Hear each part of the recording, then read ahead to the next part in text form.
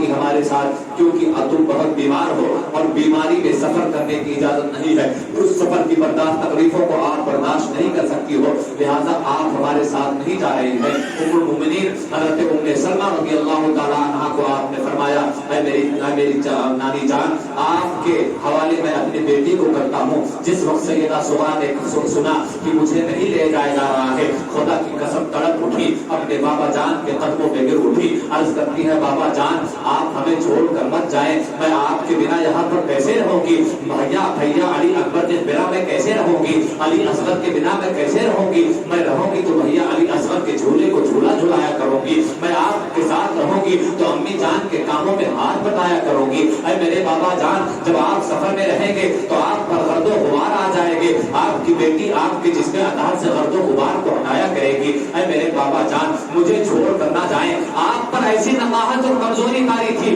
کہ آپ بیماری کے باوجود فرماتی ہیں ابا جان دیکھنے میں بالکل ٹھیک ہو گئی ہوں، اب میں آپ کے ساتھ سفر میں چل سکتی ہوں۔ سیدہ سغرا رضی اللہ تعالیٰ عنہا اس بات کو کہنے کے بعد آپ نے اٹھنا چاہا، لیکن خدا کی قسم مورخین نے لکھا ہے کہ جیسے ہی سیدہ قبرا اٹھتی ہے کمزوری کی باعث آپ گر جاتی ہیں، آپ زمین پر گرتی ہیں۔ امام حسین نے اپنی اس شہزادے کو گود میں اٹھایا اور سر مبارک کو گود میں رکھ کے فرمایا بیٹی آپ بہت تکلیف میں ہیں، آپ بہت کمزور ہیں، آپ بہت کمزور ہیں۔ اور یہاں پر اس بات کو بھی ملاحظہ کر لے، امام حسین رضی اللہ تعالیٰ عنہ کو اس بات کا علم تھا کہ مجھے اس کے بعد اب مدینہ واپس نہیں آنا ہے، مجھے اس کے بعد اپنی بیٹی سے دوبارہ ملنا نہیں ہے۔ اللہ اکبر۔ اور بیٹیاں وہ بیٹیاں آج کے اس زمانے میں بیٹیاں دیکھ لے باپ سے بہت زیادہ قریب ہوتی ہیں، چھوٹی بیٹی اگر موجود ہے تو ماں کے اتنا قریب نہیں ہوگی جتنا باپ کے قریب ہوتی ہے۔ اللہ اکبر۔ تو وہ دور تو سیدوں کا دور تھا، وہ دور تو اصحاب کا دور تھا، وہ دور تو تابعین کرام کا دور تھا،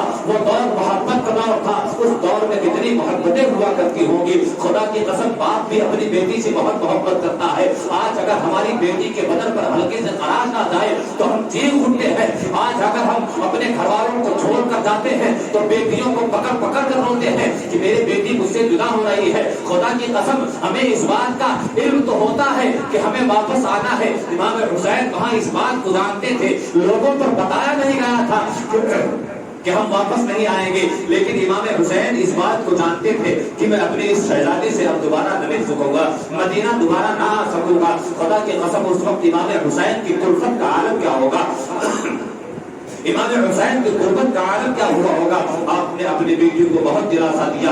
حضرت سغرا دھاڑے مار مار کر رو رہی تھی، کبھی زمین پر اپنے سر کو پٹک رہی تھی اور عرض کر رہی تھی، کبھی بھائی علی اکبر کے پاس جاتی کہتی بھیا برائے مہربانی آپ مجھے اپنے ساتھ لے چلیں، میں آپ کے سارے کام کروں گی۔ کبھی سیدنا زین العابدین کی بارگاہ میں جاتی کہتی بھیا مجھے آپ یہاں تنہا نہ چھوڑے، مجھے اپنے ساتھ لے چلیں۔ کبھی امی جان کے پاس جاتی، سیدہ شہربانوں سے کہتے امی جان میں آپ کے کاموں میں ہاتھ بٹایا کروں گی، میں آپ کو کبھی پریشان نہ کروں گی، میں آپ کو کبھی کوئی غلط بات نہیں کہوں گی، میری امی جان خدا کا واسطہ ہے آپ مجھے لے چلے، میں آپ حضرات کے بنا یہاں نہیں رہ سکتی ہوں۔ لیکن امام حسین نے فیصلہ کر دیا تھا کہ آپ کو نہیں جانا ہے۔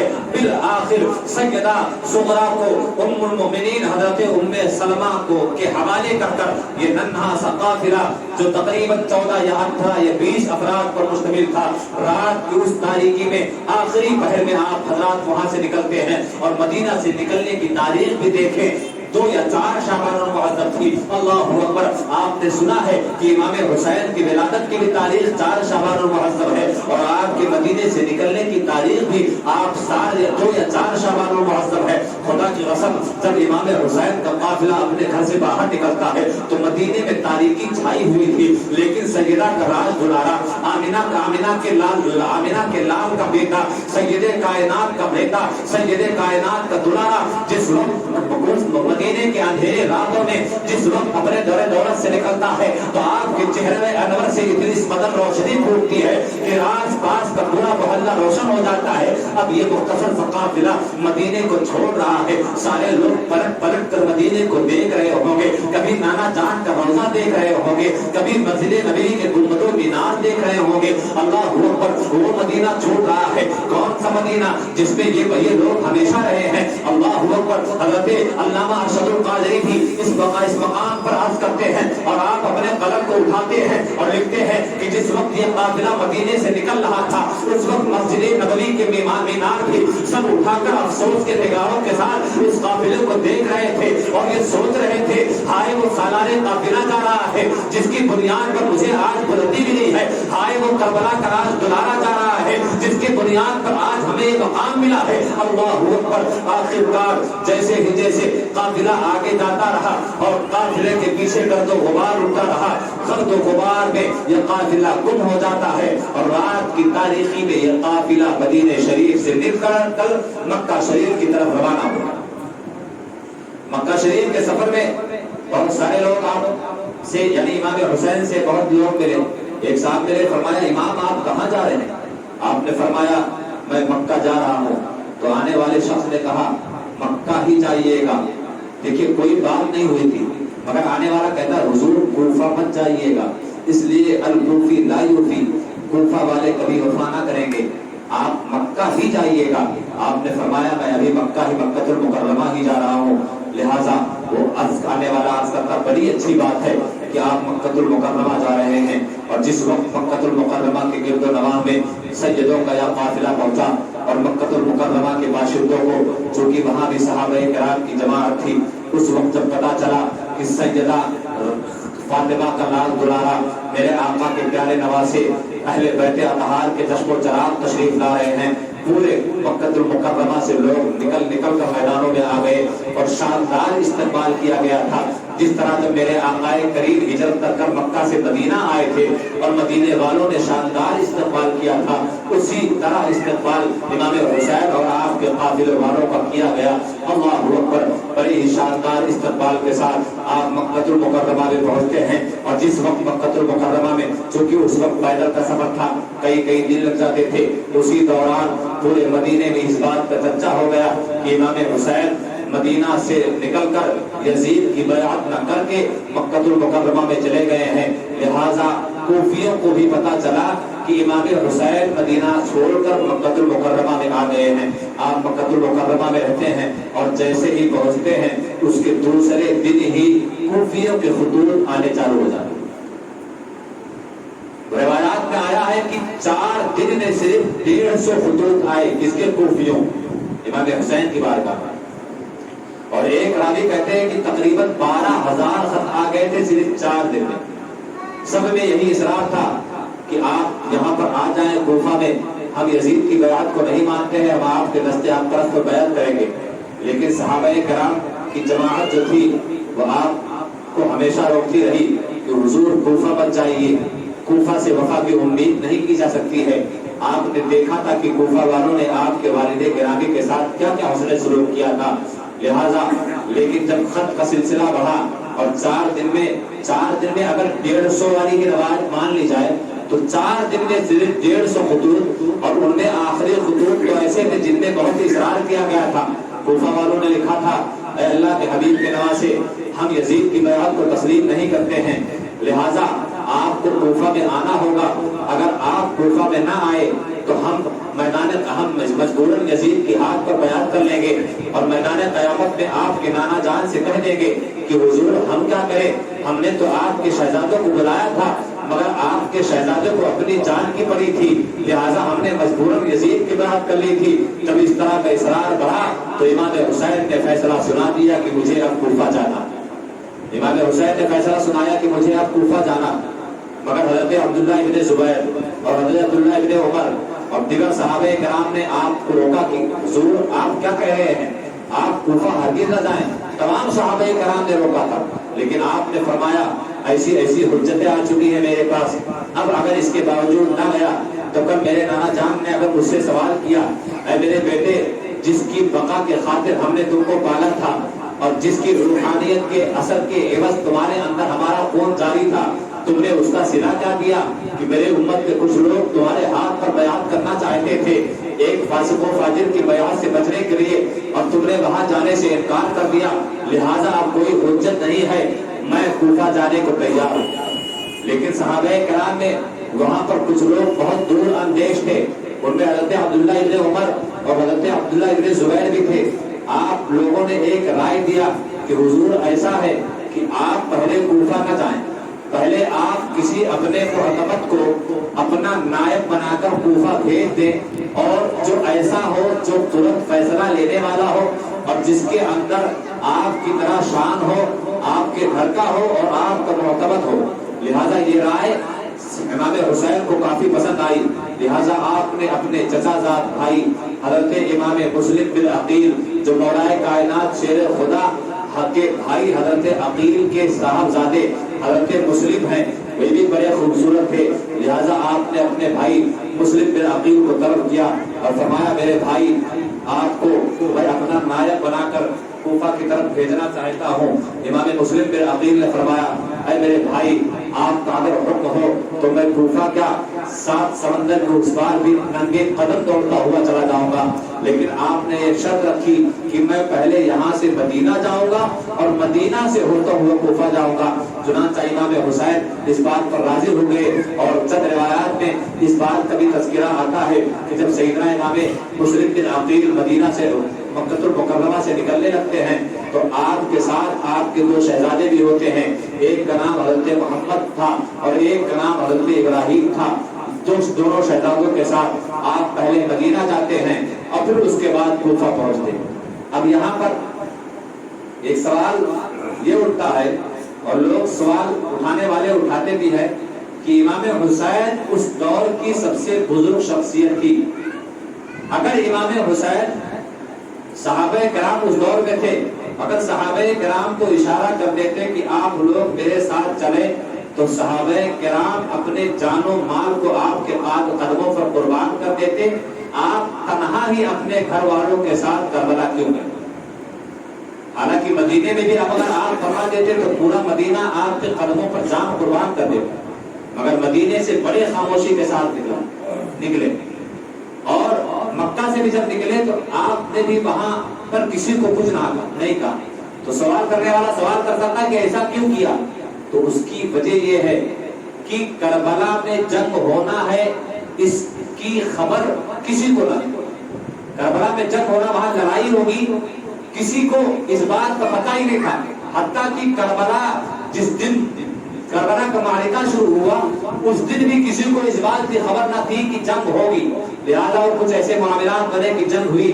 امام حسین رضی اللہ تعالی عنہ نے کسی سے کہا ہی نہیں، اگر کہہ دیتے تو خدا کی قسم پورے صحابہ کرام اپنے آل و اولاد کے ساتھ نکل سکتے تھے، اور اس بات کو مخفی رکھا گیا تھا۔ خود امام حسین نے اپنے گھر والوں سے نہیں بتایا تھا کہ ہم کہاں جا رہے ہیں، صرف اتنا بتایا تھا کہ مکہ جا رہے ہیں، حالانکہ امام حسین کو پتا تھا کہ میں کربلا جاؤں گا اور وہاں پر میرے ساتھ کیا معاملات ہوں گے، لہذا امام حسین نے کسی کو کہا ہی نہیں، اور اگر کہہ دیتے تو سارا مدینہ اور کعبہ آپ کے ساتھ الٹت ہو گیا، لہذا اس بات کو نہ کہیں کہ اکیلے گئے، کوئی ان کے ساتھ گیا ہی نہیں، لہذا امام حسین نے کہا ہی نہیں، حتیٰ کہ جو 72 نفوس قدسیہ آپ کے ساتھ گئے تھے ان سے بھی آپ نے کہا تھا کہ اے لوگوں میں جا رہا ہوں، میں تم سے دستبردار ہوں، میں تمہارے دامن پر کوئی داغ نہ آنے دوں گا، میدان قیامت میں بھی آقا سے میں تمہاری سفارش کروں گا، تم میں سے جو لوگ میرے ساتھ چلنا چاہتے ہیں، بلکہ رات کی تاریکیوں میں بھی کئی مرتبہ کہا تھا،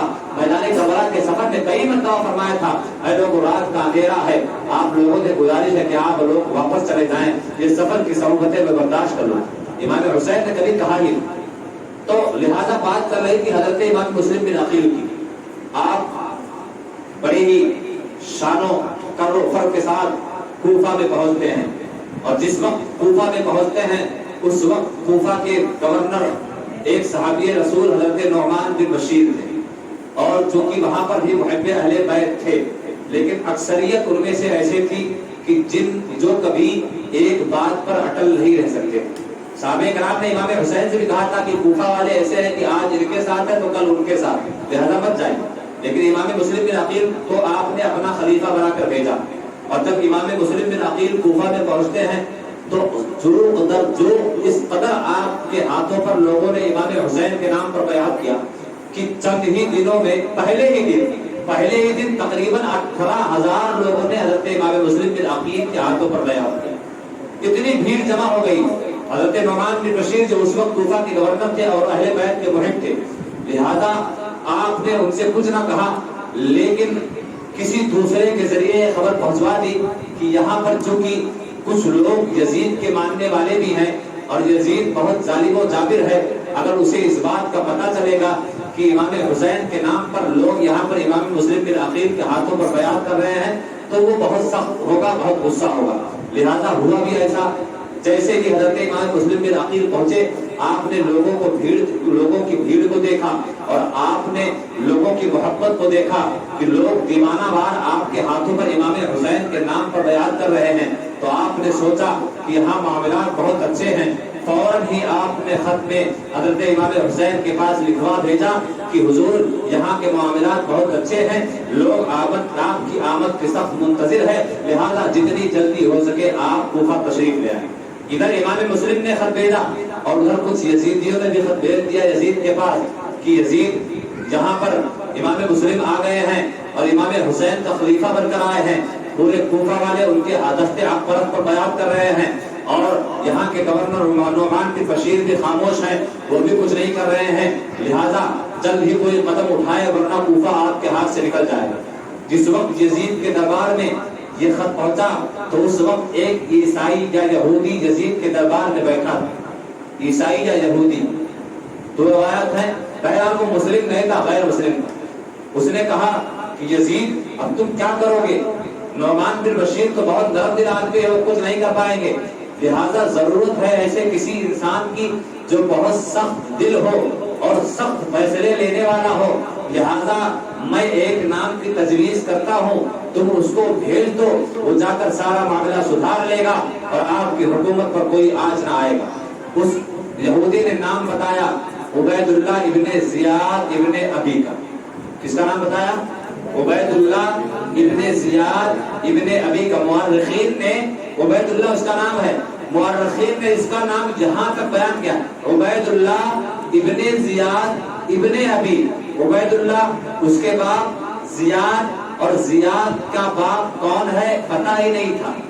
زیاد کا باپ کون ہے کسی کو پتہ ہی نہیں تھا، یہاں تک کہ مورخین نے صاف صاف لکھا ہے کہ زیاد جو ولد الزنا تھا، جس کی ماں کا تو پتہ تھا مگر باپ کا کوئی پتہ نہیں تھا، لہذا باپ کا نام نہیں دیا گیا، لہذا صرف اسے عبید اللہ ابن زیاد ابن ابی یعنی اپنے باپ کا بیٹا، باپ کا کوئی نام نہیں تھا.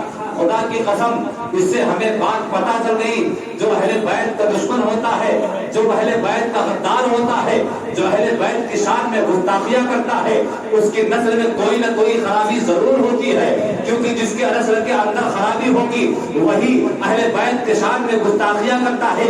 لہذا آپ دیکھ لیں کوفہ سے لے کر کربلا کے میدان میں سب سے زیادہ اگر کسی نے ظلم ڈھایا ہے تو وہی عبید اللہ ابن زیاد ابن ابی تھا، جس کی ماں کا تو پتہ تھا مگر باپ کا نام نہیں لکھا گیا ہے، بن باپ کا بیٹا تھا. حالانکہ اس طرح کہہ لیں کہ باپ کی ناجائز اولاد تھی. پتہ یہ حسین اعظم کربلا میں ہمیں اس بات کا بھی درد دے رہے تھے، اے لوگوں میری محبت جس کے اندر ہوگی اس کے نسل میں کوئی کمی نہیں ہوگی، اور میری عداوت جس کے اندر ہوگی وہ عبید اللہ ابن زیاد ابن ابی کو دیکھ لے. آقا کے فرمان کے مطابق کہ اہل بیت کی محبت ایمان کی علامت ہے اور اہل بیت کی عداوت ایمان سے دشمنی ہے، نبی سے دشمنی ہے، اللہ سے دشمنی ہے. گویا نبی اعلان کر رہے تھے جو نبی کا نہیں وہ کسی کا نہیں، اور جو اہل بیت کا نہیں وہ اپنے سگے باپ کا بھی. لہذا اہل بیت کا جو گستاخ ہوگا اس دور میں بھی اس کی نسل کو اٹھا کر دیکھ لینا. اور الحمدللہ اہل بیت کی شان تو یہ ہے، اگر آج آپ اس دور میں کسی سید کو لے لیں، آج اس دور میں آل رسول کے گھرانے سے کسی سید زادے کو لے لیں تو اس سید زادے سے لے کر مولائے کائنات شیر خدا مولا علی تک اس کا سجرہ نسب ملے گا. یہ نسب ہے میرے آقا کی اور امام حسین اور اہل بیت اطہار. اور جو ناہنجار ہوتے ہیں اہل بیت کے غدار ہوتے ہیں ان کی نسلوں کا کچھ پتہ نہیں ہوتا ہے، نہ نسب کا پتہ ہے نہ حسب کا پتہ ہے. لہذا قرآن کریم میں بھی اللہ کے حبیب صلی اللہ تعالی علیہ وسلم کی گستاخ کے لیے ولید بن مغیرہ کے لیے اللہ تعالیٰ نے قرآن میں فرما دیا کہ ولید جو نبی کی شان پہ گستاخی کرتا ہے وہ ولد الزنا ہے اور اس کی تھتنی جیسے سور کی تھتنی ہے۔ قرآن پاک میں قرآن 29ویں پارے میں سورہ قلم میں چند آیتیں ہیں، اگر یقین نہ ہو تو کمزور ایمان اٹھا کر دیکھ لیں، اس میں آپ کو ترجمہ مل جائے گا۔ جو نبی کا گستاخ ہوتا ہے اس کی نسل کا کوئی ٹھکانہ نہیں ہوتا ہے، جب جو نبی کا گستاخ ہوگا اس کی نسل کا ٹھکانہ نہیں ہوگا تو جو آل نبی کا گستاخ ہوگا اس کی نسل کا ٹھکانہ کیسے ہوگا؟ لہذا عبید اللہ ابن زیاد کو فوراً خط لکھا گیا اور حکم دیا گیا، اے عبید اللہ ابن زیاد تم فوراً کوفہ پہنچو اور وہاں پر جو گورنر ہیں نعمان بن بشیر ان کو فوراً معزول کر دیا جائے اور امام مسلم بن عقیل کو فوراً قتل کر دیا جائے اور حکومت کے سارے امور تم سنبھالو گے۔ عبید اللہ ابن زیاد یہ ولد الزنا بہت ہی چالاک قسم کا لومڑی الذہن تھا، بہت تیز تھا، بہت ہی فتنوں سے بھرپور تھا۔ وہ فوراً اپنے خاندان والوں کو تقریباً 50 لوگوں کو اپنے حواریوں کو لیتا ہے اور جس راستے سے اسے یعنی جو راستہ بصرہ کی طرف سے کوفہ میں آتا تھا اس راستے سے وہ نہیں آیا، بلکہ جو راستہ حجاز یعنی مکہ کی طرف سے ہو کر کوفہ میں آتا تھا چند ساتھیوں کو لے کر اس راستے پر ہو گیا اور اپنے اوپر جوبہ ڈال لیا، عربی لباس پہن لیا، حجازی لباس، اور اپنے چہرے پر چادر ڈال لیتا ہے اور مغرب اور عشاء کے درمیان وہ کوفہ میں داخل ہوتا ہے اس بنیاد پر، اس چالاکی کے ساتھ کہ جب میں حجاز کے راستے سے آؤں گا تو لوگ مجھے حسین سمجھیں گے اور حسین سمجھ کر میرے راستے کا کانٹا کوئی نہیں بنے گا۔ جیسے ہی لوگوں نے دیکھا کہ حجاز کی طرف سے لوگ کوئی قافلہ آ رہا ہے، لوگ یہ سمجھ بیٹھے کہ سیدہ کا راج دلانا آ رہا ہے، کونین کے تاجدار کا نواسا آ رہا ہے، لہذا پورے کوفہ والے دوڑنے لگے اور دوڑ کر آپ کو سلام عبید اللہ ابن زیاد کو سلام پیش کرتے ہیں، مگر یہ ناہنجار اپنے چہرے سے پردہ نہیں ہٹاتا ہے اور یہ دیکھتا ہوا جا رہا تھا کہ کون کون مسلم بن عقیل کے ساتھ ہے اور کون کون حکومت کے ساتھ ہے، لہذا وہ اپنی اس مکاری میں کامیاب ہوا۔ لوگ سوچ رہے ہیں کہ اگر امام حسین ہوتے تو سلام کا جواب ضرور دیتے، کیا بات ہے یہ سلام کا جواب نہیں دے رہا ہے، لہذا جس گھر پر حضرت مسلم بن عقیل اس وقت حضرت مولائے کائنات کے شاگرد قاضی شریح کے یہاں ٹھہرے ہوئے تھے، اس نے اس گھر کے دروازہ کا رخ نہ کیا بلکہ فوراً گورنر ہاؤس کا رخ کیا۔ اب لوگوں کو اس بات کا یقین ہو گیا کہ امام حسین نہیں ہے بلکہ کوئی اور ہے۔ عبید اللہ ابن زیاد جیسے ہی گورنر ہاؤس میں پہنچا اس نے یزید کا حکم نامہ دیا، حضرت نعمان بن بشیر کو گورنری سے ہٹا دیا گیا اور اس نے فوراً یہ اعلان نامہ جاری کروایا کہ کل کوفے کی جامع مسجد میں کوفہ کے تمام عمرا جمع کر دیے جائیں۔ عمرا جمع ہوتے ہیں، اس نے ایک لفظدار تقریر کی کہ تمہارے بچوں کی خیر نہیں ہے، جس نے مسلم بن عقیل کا ساتھ دیا ان کے بچوں کو مار دیا جائے گا، ان کی عورتوں کو بیوہ کر دیا جائے گا، خدا کی قسم الکوفی لا یوفی۔ اس تقریر کو سن کر بہت سارے کوفیوں کے اس کی بات پر اثر ہوا اور کل تک جو امام مسلم بن عقیل کے ہاتھوں پر بیعت کر رہے تھے آج وہ کوفی امام مسلم بن عقیل کا ساتھ چھوڑ کر ان کے ساتھ سے الگ ہو جاتے ہیں۔ اللہ اکبر۔ اور جب آپ نے اس بات کو سنا کہ عبید اللہ ابن زیاد مجھے طلب کرتا ہے اور مجھے قتل کرنا چاہتا ہے، شہید کرنا چاہتا ہے، تو آپ نے اس وقت پناہ لی۔ ایک صحابی، ایک بہت ہی بزرگ اور نیک آدمی تھے حضرت ہانی بن عروہ۔ حضرت ہانی بن عروہ آپ کے گھر پہ وہ تشریف لے جاتے ہیں، محب بہت ہی بڑے محب اہل بیت تھے اور عبید اللہ ابن زیاد سے بہت اچھا تعلق تھا، اس کے یہاں آنا جانا بھی تھا، لہذا حضرت عروہ کو جب یہ پتا چلا کہ امام مسلم بن عقیل آپ کے گھر پر آئے ہیں تو انہوں نے اہل بیت کی محبت کے ساتھ آپ کو اپنے گھر میں بٹھایا اور امام مسلم بن عقیل کو اپنے گھر میں رکھا اور آپ ہمیشہ خود دروازے پر بیٹھے رہتے، گھر کی دربانی کیا کرتے تھے، کیونکہ کائنات کے تاجدار کا نواسا ان کے گھر میں رہ رہا تھا، ان کی حفاظت ان پر ضروری تھی۔ ادھر عبید اللہ ابن زیاد اس بات پر پریشان تھا کہ مسلم بن عقیل کہاں غائب ہو گئے ہیں، اس نے جاسوسوں کو چھوڑ دیا کہ جاؤ مسلم بن عقیل کا پتہ کرو۔ جاسوس چاروں طرف تھے، لہٰذا ایک جاسوس جو اس میں بہت ہوشیار تھا اور شام کا رہنے والا تھا، جہاں کا یزید تھا وہیں کا رہنے والا تھا، وہ بہت ہوشیار تھا، کوفہ کی جامع مسجد میں آتا ہے اور لوگوں کی نقل و حرکت کو دیکھتا ہے، ایک چہرہ نظر آتا ہے جو بہت چہرہ نورانی نظر آتا ہے، وہ ذات حضرت مسلم بن اوسجہ کی ہوتی ہے، اور حضرت مسلم بن اوسجہ کی بارگاہ میں آتا ہے اور عرض کرتا ہے کہ حضور میں شام سے آیا ہوں اور ایک غلام ہوں، میرا آقا اور میں اہل بیت کا بہت بڑا محب ہوں، لہٰذا میں نے سنا ہے کہ اہل بیت کے ایک فرد عزیز مسلم بن عقیل یہاں پر تشریف لائے ہیں، یہ 3000 درہم میرے آقا نے دیے ہیں اور کہا ہے کہ جا کر ان کو ان کی بارگاہ میں ایک تحفہ پیش کر دو، لہٰذا اگر آپ کو اس بات کا علم ہو تو مجھے بتا دیں کہ خاندان اہل بیت کا وہ چشم چراغ کہاں ہے۔ اللہ اکبر۔ حضرت مسلم بن اوسجہ نے فرمایا کہ آخر مسجد میں بہت سارے لوگ ہیں، تم کو کیسے پتا چلا کہ تم نے آخر مجھ سے ہی کیوں پوچھا؟ اللہ اکبر۔ تو اس نے جواب دیا تھا کہ آپ کے چہرے کی نورانیت بتا رہی ہے کہ آپ کسی اہل بیت کے ماننے والے ہو، پورے مجمع میں آپ ہی کا چہرہ اس بات کی گواہی دے رہا تھا کہ آپ اہل بیت سے محبت کرنے والے ہیں، لہٰذا میں نے آپ سے پوچھ رہا۔ بڑی چکنی چپڑی باتیں کی۔ حضرت مسلم بن اوسجہ نے سوچا کہ ضرور یہ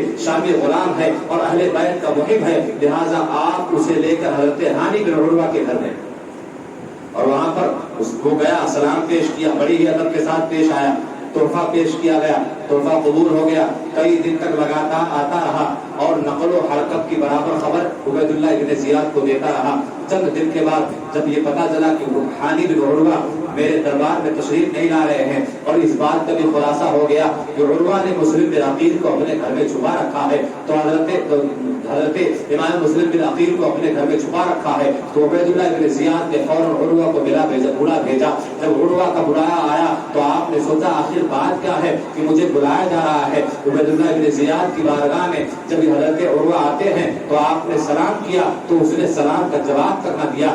آپ سمجھ گئے کہ کوئی بات ہے۔ عبید اللہ ابن زیاد نے پوچھا کیا بات ہے؟ آج کل تمہارے گھروں میں حکومت کے خلاف سازشیں کی جا رہی ہے، تمہارے گھر میں آج حکومت کے دشمن کو پناہ دی گئی ہے۔ آپ فرماتے ہیں کس کی بات کر رہے ہو؟ وہ کہتا ہے ناہنجار کہتا ہے کہ مسلم بن عقیل کو تم نے گھر میں چھپا رکھا ہے، آپ اس بات کو چھپانا چاہتے ہیں۔ آپ فرماتے ہیں کوئی نہیں میرے گھر میں ہے، لیکن اسی دوران وہ غلام جو آپ کے گھر میں آیا کرتا تھا سامنے سے اس کا گزر ہوتا ہے، آپ سمجھ جاتے ہیں کہ یہ مردود وہی تھا جو وہاں پر آ کر ران لیا کرتا تھا، لہٰذا ابھی انکار کی کوئی صورت نہیں بچی ہے۔ آپ اقرار کر لیتے ہیں کہ میرے گھر میں مسلم بن عقیل ہے۔ عبید اللہ بن زیاد کہتا ہے کہ مسلم بن عقیل کو میرے حوالے کر دو۔ حضرت ہانی بن عروہ نے کہا خدا کی قسم جب تک ہانی بن عروہ کے جسم کے ریزے میں ایک خون کا قطرہ بھی رہے گا میں اہل بیت کے کسی بھی فرد عظیم کو تمہارے حوالے کر ہی نہیں سکتا۔ اس نے کہا تمہیں مار دیا جائے گا، تمہارے بچوں کو مار دیا جائے گا، تمہاری بیویوں کو بیوہ کر دیا جائے گا۔ اس وقت اللہ کے اس محبوب بندے جو محب اہل بیت تھے عبید اللہ ابن زیاد کی بارگاہ میں، آپ دیکھیں اہل بیت کی طاقت کا اندازہ اس سے لگا لیں کہ اہل بیت کا درکا جو نوکر ہے، وقت کے گورنر ہے عبید اللہ ابن زیاد۔ جب عبید اللہ ابن زیاد نے کہا تھا کہ مسلم بن عقیل کو میرے حوالے کر دیا جائے ورنہ تمہیں مار دیا جائے گا، تمہارے بچوں کو یتیم کر دیا جائے گا، تمہاری عورتوں کو بیوہ کر دیا جائے گا، تو اس وقت ہانی بن عروہ نے کہا تھا اے عبید اللہ ابن زیاد اگرچہ میرا تعلق تجھ سے اچھا ہے، اس تعلق کے اچھے ہونے کے باوجود اگر تو یہ چاہتا ہے کہ اہل بیت پہ ایک فرد کو تیرے حوالے کر دوں اور اس کے بدلے میں تو میری جان بخش رہا ہے، خدا کی قسم عروہ کی ایک جان ہے، اگر عروہ کی ہزاروں جانیں ہوتی تو اہل بیت کے قدموں میں تمام جانوں کو قربان کر دیتا، لیکن میں اہل بیت کے کسی فرد کو تیرے حوالے نہ کرے۔ لہذا یہ معاملہ چلا۔ اس کے بعد پھر حضرت عروہ کو عبید اللہ ابن زیاد نے پکڑ لیا، قید کر لیا، بہت مارا پیٹا اور یہ بات پھیلا دی گئی کہ عروہ قتل کر دیے گئے ہیں۔ تو حضرت عروہ کے خاندان والے جمع ہوئے اور گورنر ہاؤس کا گھیراؤ کر لیا۔ اس وقت 40,000 لوگوں نے گورنر ہاؤس کا گھیراؤ کر لیا تھا۔ امام مسلم بن عقیل کو اس بات کا پتہ چلا کہ آج عروہ کے گھر والوں نے، ان کے خاندان والوں نے عبید اللہ ابن زیاد کے گورنر ہاؤس کا گھیراؤ کر لیا ہے۔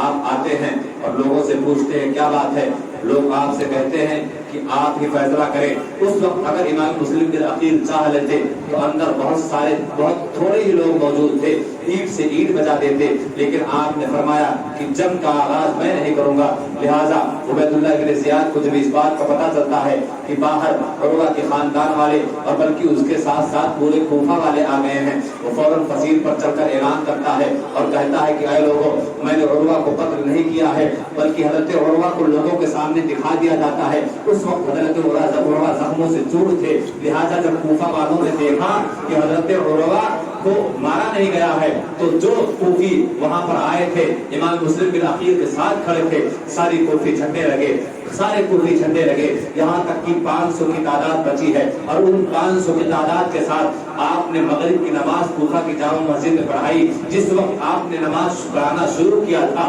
اس وقت 500 حضرات 500 کوفہ والے آپ کی اقتدا میں نماز پڑھنے کے لیے کھڑے ہوئے تھے، لیکن جب آپ نے سلام پھیرا تو کیا دیکھا، 500 میں سے کوئی ایک آدمی بچا نہیں تھا۔ یہ تھے کوفہ والوں کی وفا۔ ان بے وفاؤں نے مصطفیٰ جان رحمت کے آل والوں کے ساتھ اتنی بے وفائیاں کی ہے، ان بے وفاؤں نے علی کے ساتھ اتنی بے وفائیاں کی ہے کہ ان بے وفائیوں کا اگر شمار کیا جائے تو ان بے وفائیوں کو شمار کرتے کرتے ہماری زبانیں تھک جائیں گی۔ اللہ اکبر، یہی وجہ ہے وہی کوفہ والوں کی نسلیں آج چل رہی ہے جو آج ماتم کر رہی ہے اور کہہ رہی ہے یا حسین ہم نہ تھے، یا حسین ہم نہ تھے۔ وہی کوفہ کی نسلیں ہیں جو لوگ اپنے آپ کو علی اور اولاد علی کے محبت کا نعرہ لگا کر ماتم کرتے ہیں، عورتیں اپنا سینہ پیٹتی ہیں۔ اہل سنت والجماعت کا یہ شیوا نہیں ہے، کیونکہ ہمارا تو یہ عقیدہ ہے، قرآن کریم نے ہمیں یہ عقیدہ دے دیا ہے کہ امام حسین شہید کیے گئے ہیں اور شہید کبھی مرتا نہیں ہے، اور سنی کسی زندہ کا ماتم نہیں کیا کرتا ہے۔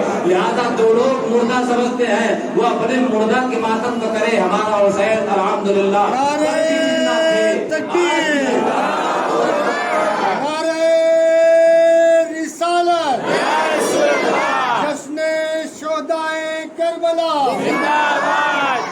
امام حسین کل بھی زندہ تھے، آج بھی زندہ ہے، میدان قیامت بلکہ تا قیام قیامت زندہ رہیں گے انشاءاللہ۔